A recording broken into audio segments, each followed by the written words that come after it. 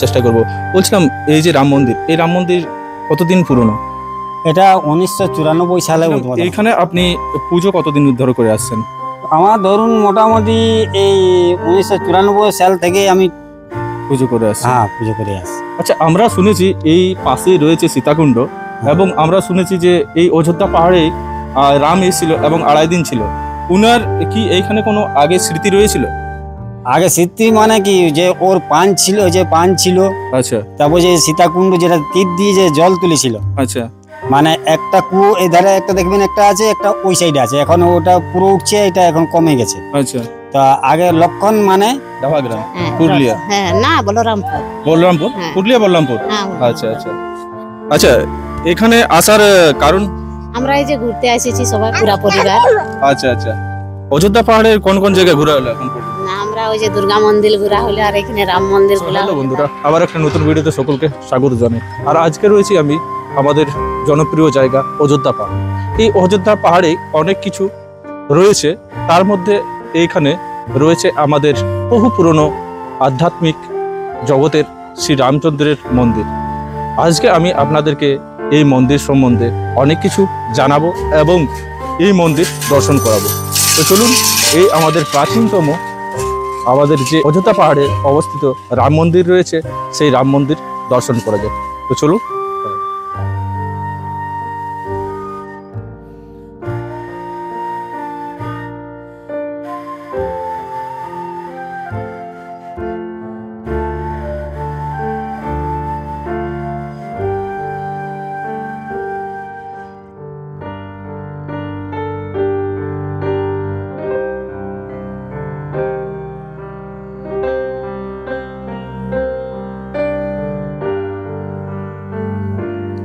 বন্ধুরা, এই হচ্ছে যে রামচন্দ্রের যে মন্দির রয়েছে, এই মন্দির চত্বরে অনেক সামনে জায়গা রয়েছে এবং দুপাশেই দেখো রামচন্দ্রের যে সেই পতাকা লাগানো রয়েছে।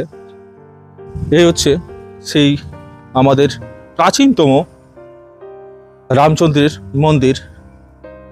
এখানের মানুষের বিশ্বাস এবং এখানে মানুষের ভরসা, এবং এখানের মানুষ বলে যে যখন রামচন্দ্র প্রভু 14 বছর বনবাসে আসেন, তখন এই যে অযোধ্যা পাহাড়, এই অযোধ্যা পাহাড়ে রয়েছিল 2.5 দিন। আর এই অযোধ্যা পাহাড়ে অবস্থিত রয়েছে সীতাকুণ্ড। আর এই হচ্ছে শ্রী রামচন্দ্রের মন্দির। এখানে রয়েছে শ্রী রামচন্দ্রের শিলা মূর্তি, এই দেখতে পাচ্ছেন। এই হচ্ছে রাম, লক্ষণ এবং সীতা। আমরা এইখানের যিনি সেবায়িত বা পূজারী, ওনাকে পেয়েছি। তো ওনার কাছ থেকে আমরা এই মন্দির সম্বন্ধে কিছু জানার চেষ্টা করব। বলছিলাম এই যে রাম মন্দির, এই রাম মন্দির কতদিন পুরনো?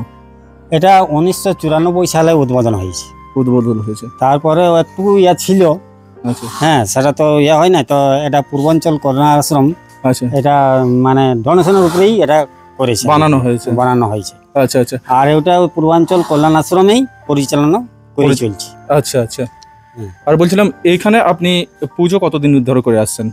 আমার ধরুন মোটামুটি এই 1994 সাল থেকে আমি পুজো করে আসছি। পুজো করে আসছি। আচ্ছা, আমরা শুনেছি এই পাশেই রয়েছে সীতাকুণ্ড এবং আমরা শুনেছি যে এই অযোধ্যা পাহাড়ে রাম এসেছিল এবং 2.5 দিন ছিল। উনার কি এইখানে কোনো আগে স্মৃতি রয়েছিল? আগে স্মৃতি মানে কি, যে ওর পান ছিল, যে পান ছিল, আচ্ছা, তারপর যে সীতাকুণ্ড যেটা তীর দিয়ে যে জল তুলেছিল, আচ্ছা, মানে একটা কুয়ো এই ধারে একটা দেখবেন একটা আছে, একটা ওই সাইডে আছে, এখন ওটা পুরো উঠছে, এটা এখন কমে গেছে। আচ্ছা, তা আগে লক্ষণ মানে জল দিয়ে তীর দিয়ে জল তুলেছিল। আচ্ছা আচ্ছা, তা তীর দিয়ে জল তোলার পরে তখন লক্ষণ খেয়ে দেখলো। তো খেয়ে দেখলো যখন, তখন বলছে মিষ্টি না কষা, আচ্ছা, মাকে তো দিতে হবে অবশ্যই। তখন বললো কি যে ঠিক আছে, তাহলে আমি একটু খাই দেখি। তখন খাই দেখলো, মাকে আমি তো দেওয়া যাবে না, মাসি তাকে। তাহলে তখন ও রামকে বললো, দাদা তুমি ওই সাইডে বান মারো আর জল তুলো। আচ্ছা আচ্ছা, তখন ওই ধারে বান মারে জল তুলেছে, তখন এটা বন্ধ হয়ে গেছে। ওইটাই তখন এরকম করে ভাতের মতো ফুটে জল বেরোচ্ছে। আচ্ছা আচ্ছা। আর এইখানে যে রামের যে মূর্তি রয়েছে, এগুলো কি শিলা মূর্তি? হ্যাঁ, এটা ওই পাথরের মূর্তি। আচ্ছা আচ্ছা, এখানে কতদিন ধরে পুজো হয়ে আসছে? এটা ধরুন মানে পূর্বপুরুষ থেকেই মানে ধরুন আমাদের পুজো পুজো করে হয়ে আসছে। আগে ওইখানে পুজো হতো। আচ্ছা, এই- এটা বহু বহু প্রাচীন এই তো গল্প আমাদের। হ্যাঁ, আচ্ছা আচ্ছা তো এটা ওই আগের ওই বুড়াপুরকারা ওই আগের থেকেই মানে পুজো করে আসতো ওই গড়ে। আচ্ছা ওইখানে মানে আবার মানে ইয়ে ছিল ওদের মানে একটা ইয়া করে রাখিয়ে দিয়েছিল আর কি। আচ্ছা হ্যাঁ, যে দেখার জন্য যে এই জিনিসগুলো মানে মা সীতা একটা কুয়ো কুড়িয়েছিল। হুম হ্যাঁ, হুম। সেটা মানে এখন ভাটিয়ে গেছে, অনেক দিনের ব্যাপার তো আচ্ছা, ভাটিয়ে আচ্ছা। গেল। সেই আপনি আসছেন সেরকম একটা পাথর ফেলে দিল, হ্যাঁ, কেউ পাতপালা আবার গাছের থেকে পড়ে জাল পড়ে এরকম করে ভাটিয়ে গেছে এটা। হুম, আর ওই এখন কুয়োতে ইয়াটা আছে। আচ্ছা আচ্ছা। সো বন্ধুরা, একটাই কথা বলবো, এই যে আমাদের অযোধ্যা পাহাড়ে অবস্থিত রাম মন্দির তথা সীতাকুণ্ড, এটা বহু প্রাচীন, ঠিক আছে। এর ইতিহাস রাম যুগ থেকে রয়েছে এবং এইখানের বাসিন্দা এবং এইখানের মানুষের যে কথা অনুযায়ী এইখানে রামচন্দ্র আড়াই দিন ছিলেন না? সারাদিন ছিল। আড়াই দিন ছিল এইখানে অযোধ্যাতে, আমাদের আড়াই দিন ছিল, ঠিক আছে। আরো অনেক কিছু মানুষ অনেক কিছু বলে, ঠিক আছে। সব কিছু আপনাদের আস্থা এবং বিশ্বাসের উপর নির্ভর করে, ঠিক আছে। শিলামূর্তি, আর এই হচ্ছে মন্দির চত্বর, খুব সুন্দর এই মন্দির চত্বর। এবং এই মন্দিরের মধ্যে লাগা রয়েছে সেই শ্রীরামচন্দ্রের জীবন কাহিনীর 14 বছর বনবাসের যে জীবন কাহিনী রয়েছে তার ছবি। এইখানে দেখুন, এইখানে লক্ষণ রেখা, যেটা সীতা মাকে লক্ষ্মণ তার ধনুষ দিয়ে লক্ষণ রেখা খিঁচেছিল, তার ছবি রয়েছে। এবং এই পাশে রয়েছে সেই রামচন্দ্র যখন সীতামা যে হরিণ মারার কথা বলেছিল সেই ছবি রয়েছে। এইখানে রয়েছে যখন রাবণ সীতামাকে হরণ করে নিয়ে যায় তার ছবি রয়েছে। সবরীর মিলন স্থল সেটা রয়েছে। এবং বহু যে 14 বছর বনবাসের যে কাহিনীগুলো, সেই পুরোটাই কিন্তু এই মন্দিরে তুলে ধরেছে। মানুষের আশা এবং বিশ্বাস যে এই 14 বছর বনবাসের মধ্যে আড়াই দিন শ্রীরামচন্দ্র এই অযোধ্যাতে কাটিয়েছিলেন। আর এই হচ্ছে মন্দির।